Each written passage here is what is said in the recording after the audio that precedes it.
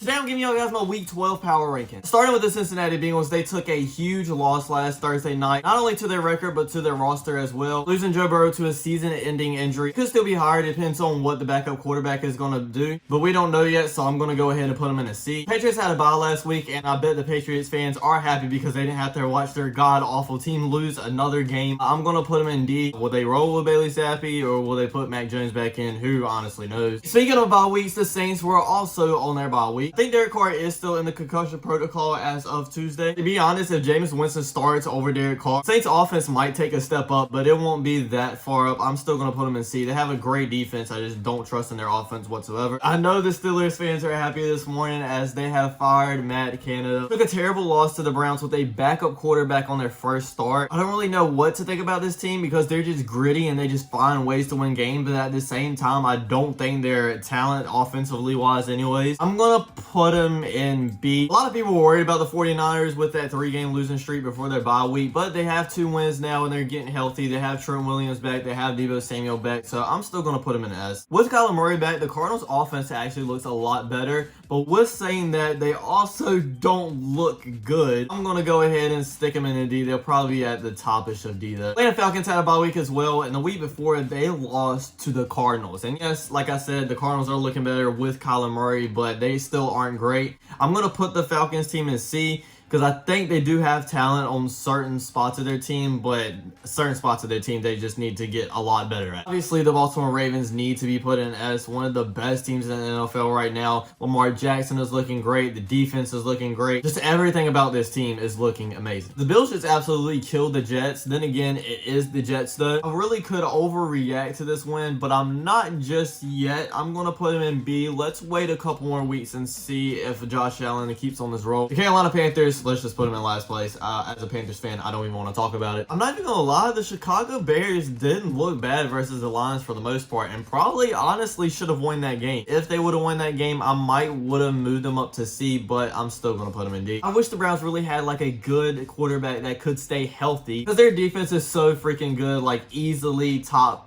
probably 3 in the NFL right now. Because of that defense, I'm going to put them in A. They're obviously not in S because I don't think they can score enough points to be up there with these top teams. Dallas Cowboys have been putting in their own teams recently. Beating the Panthers 33-10, beating the Giants 49-17 as well. Problem is they're probably both bottom 10, maybe even bottom 5 teams. They just haven't beaten anybody like really good yet for me to put them in that S tier. So I'm going to put them in A. If you say at the bottom of S, I could see that as well though because they have been looking good and they did play a good game versus the Eagles. Give it up for the Denver Broncos. They have had a huge turnaround from being like 1-3 at the beginning of the season and allowing the Miami Dolphins to score 70 points on them. They now went on a 4-game winning streak and have one of the best defenses. I'm just a little bit worried about this offense because at times they do look good, but I need to see that on like a consistent basis throughout the whole entire game, or at least half of it, not just 1 or 2 drives. As we mentioned before when we ranked the Bears, the Lions allowed the Bears to be in that game for the most part, and honestly they kind of scared me a little bit. I do have my doubts about the Lions, I guess just because they've been bad for so long. I do think they still belong in S. They overcame huge controversy in that win versus the Bears. And you honestly need to see that from a team for a game or two. I don't know what to think about the Tennessee Titans because you had that huge game from Will Levis against the Falcons, but since then he hasn't been doing much, and I don't know if it's him or just the team in general. I'm definitely going to put him in C. I guess we'll put him above the Falcons since they absolutely killed them. Honestly don't know what to think about the Packers either because for so long they just didn't look good on offense. It didn't look like they had identity, and then they almost pulled the upset versus the Steelers and pulled a huge upset against the Chargers as well. I've been having them in D this whole entire time, but I think I'm going to elevate them to the C category for now. Houston Texans are absolutely looking amazing. They're on a 3-game winning streak now, and CJ Stroud was looking very good but didn't look so good in this last week, throwing 3 interceptions I think, but that's good because the defense actually stepped up and showed that they can step up when the rookie makes a lot of mistakes, which rookies are going to do some games. And this might be an overreaction, but I'm not gonna lie, I kind of want to put them in A, and if y'all call me crazy, I can completely see that as well, but I think they've proven a lot. The Colts had a bye week as well, but they barely beat the Patriots in London. Obviously the Patriots aren't a very good team, so for them to just barely beat them is sad. So we're gonna go ahead and put them in the bottom part of C. Before the Jaguars got absolutely dog walked by the 49ers, I was putting them in the S category, but I'm obviously gonna have to drop them in the A. The Chiefs lost an absolute heartbreaker in Monday Night Football. football. And Patrick Mahomes passing the ball, I don't trust in anything on this offense. They lead the lead in drop passes. I'm still going to put them in the top of S because I think they could figure these things out. I was getting very high on the Rams hype train for the first 6 weeks because they were winning games, and then the games they were losing was against really good teams, but they were still in all of those games. But then they went on like a 3-game losing streak to not good teams whatsoever. Matthew Stafford was hurt. I was thinking they might fall off the edge of a cliff again. Then they showed up versus the Seattle Seahawks and pulled off a huge upset. I'm gonna stick them in B. The Chargers, the Chargers, the Chargers. I literally think this is like the logo of disappointment. They need to fire Brandon Staley immediately after the season ends, if not sooner, because he has absolutely ruined this team. He is ruining Justin Herbert's career up to this point. Talent-wise, they do belong in A, but just with their record and how they perform overall, they probably deserve to be in B. That's probably giving them a lot more credit than they deserve. The Dolphins just barely beat the Raiders. I'm still going to put them in S, but I'm on the A range as well for them. Minnesota Vikings had a tough loss on Sunday Night Football against a very, very well Broncos defense. Obviously think they're going to make the playoffs with the wild card just because the NFC isn't really that competitive. I guess we'll put them in B. Oh, I don't know what to think about the Giants. Everybody was clowning them, having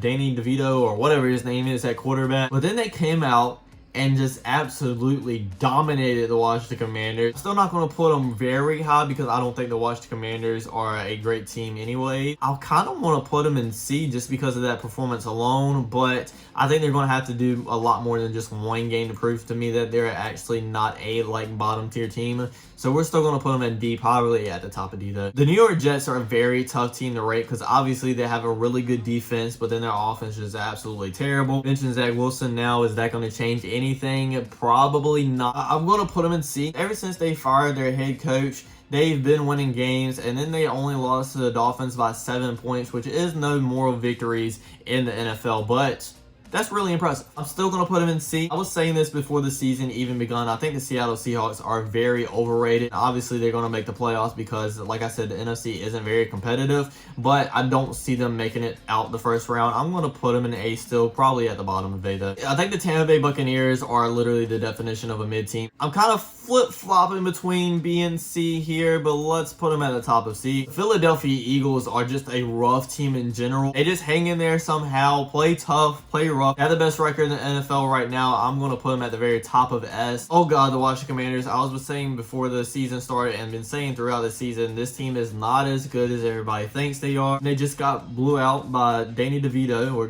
whatever his name is. We're going to put them in D right under them. That's my Week 12 Power Rankings, everybody. I hope you enjoyed. Don't forget to like, comment, subscribe, and I'll check you guys out next time. Peace.